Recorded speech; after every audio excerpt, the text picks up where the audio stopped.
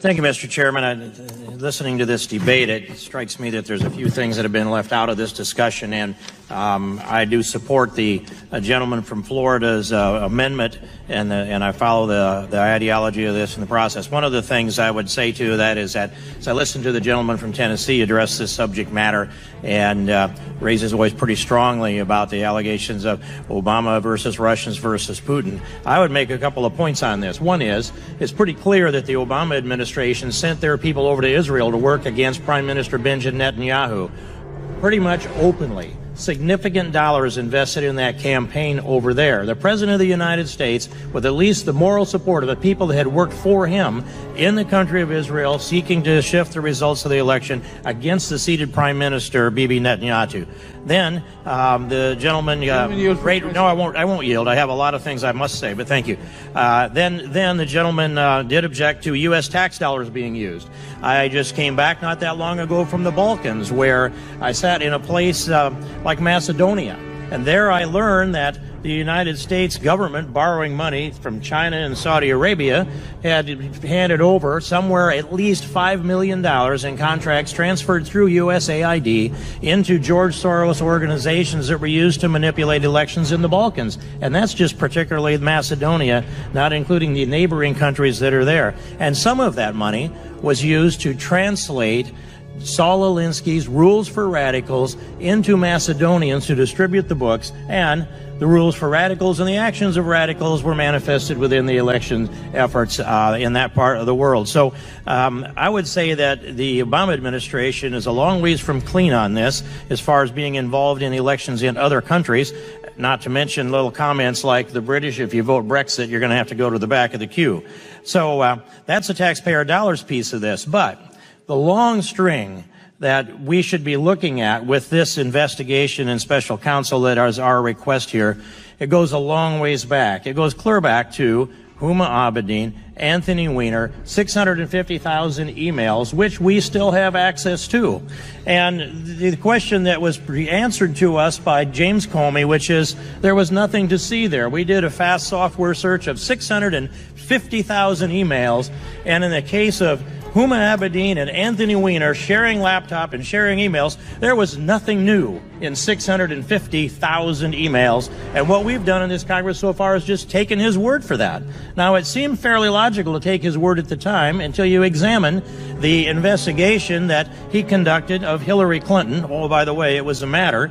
The investigation that had Cheryl Mills, her chief of staff, as her chief counsel in the room with Hillary Clinton, and both of them had a plea bargain of some kind. They were exempted from prosecution for by limited terms, but in any case, when you have this chief of staff who's a subject of investigation too, there as counsel to the person who is the subject of the investigation, and we ask under oath, and I ask these questions of Comey, or of Loretta Lynch and Comey under oath, and that is, where's the copy of the transcript? Where's the audio files? Where's the video files? Who was in the room? We don't have the answers to any of that except no. If there were notes taken, we don't know whose they are or where they are. If there was any transcript of the deposition, then that doesn't exist either. Neither do the tapes of either audio or video. This is what looks like on its face is a sham investigation. Plus, they destroyed a tremendous amount of information, at least 30,000 emails, crushed hard drives, bought bleach bit, hired outside contractors to scrub the emails up, and we're to take James Comey's word for this, that there wasn't enough substance there to bring a prosecution, even though on a year ago, July 5th, James Comey delivered 15 minutes of the summary of a prosecution that was completely convincing to me, until he got down to the last couple of sentences of that presentation, which is, well, we can't prove intent. Well, curiously, there's no requirement for intent in the two statutes that appear to have been violated. And furthermore, I look back in the records to the previous October and the previous April, Barack Obama stated into the news media record, he said Hillary Clinton would never intend to put our national security at risk. Hillary Clinton would never intend to harm America's security.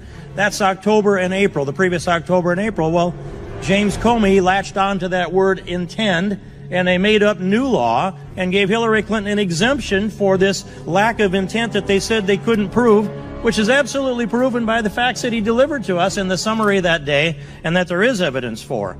And I would go on. Not only does this trail lead through Hillary Clinton and James Comey, but the Loretta Lynch component of this as well. When you put this in place and you look at the example of them on the tarmac, it's hard to imagine they sat there for 38 minutes and discussed grandchildren. I think that might even be singular grandchild at the time. We should check that. But the answers that we got from Loretta Lynch were far less than satisfying. And then that brings me to Alexandra Chalupa, who went off she's a DNC contractor that went off over to Ukraine to try to gather dirt on the Trump people. So bringing this around, Mr. Chairman, I'll conclude it with this, as my time will soon run out, and that is this, that the trail leads, I believe, also to Barack Obama. We need to investigate all of this. New questions now on whether we're in the midst of a cultural reckoning on sexual harassment amid the fallout over sexual misconduct allegations against Alabama Senate candidate Roy Moore, Senator Al Franken, and Congressman John Conyers, not to mention Hollywood mogul Harvey Weinstein and TV newsman Charlie Rose. And now Congressman Joe Barton of Texas apologizing after a lewd photo of him appeared online. Joining us now, a writer who warns this may not be the enormous cultural change some may think. Philip Wegman is here. He's a commentary writer for the Washington Examiner. So let me start with some questions that are swirling about. Are we witnessing a revolution in real time? Will there be a cultural change in the wake of this period we're living through? You think not. Why? Well, I think that the bottom absolutely fell with Harvey Weinstein. The bottom fell out with Harvey Weinstein, and I think that the best thing that we can compare this to is actually the Dreyfus affair in 19th century France. It affected all of that nation's leaders.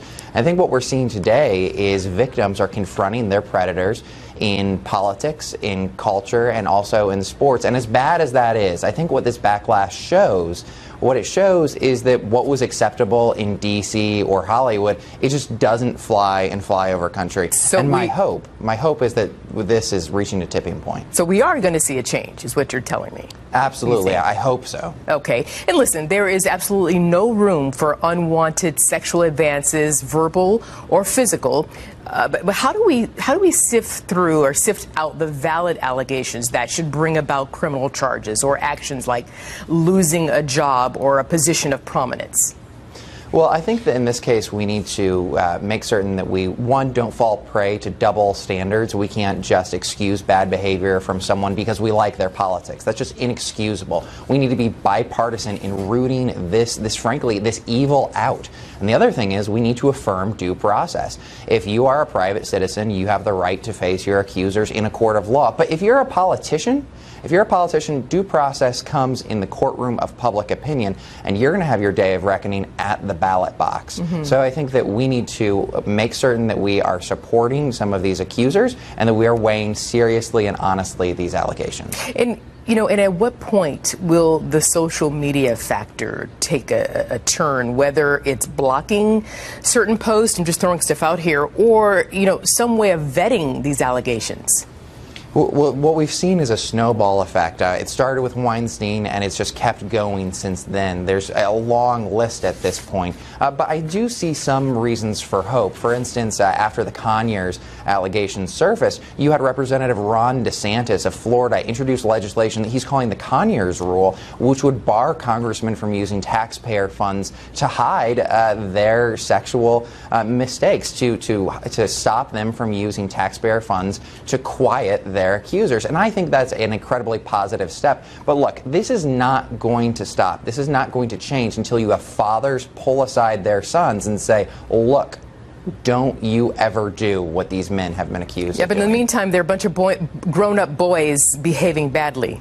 Absolutely. But I think that what we've seen is, look, you've got guys like Al Franken in Minnesota, you've got guys like Roy Moore in Alabama, and just weeks ago, they thought that their but this is what I'm talking about, Philip. I mean, we're mentioning those two people in the same breath, and certainly, as I said before, there is no room for any sort of unwanted sexual advances, whether it's physical or otherwise, online, via letter, by mail, however you do it, it's unwanted. But here we sit, and we're talking about, in one breath, a man who is alleged to have had sexual inappropriate conduct with underage girls, and then another person who acted completely in a stupid fashion, and messed around perhaps unwantedly in a way with a former coworker, but two adults. Again, both bad, but both different. Apples and oranges here. I think you're right. We need to be clear what we're talking about in the moment. We can't lump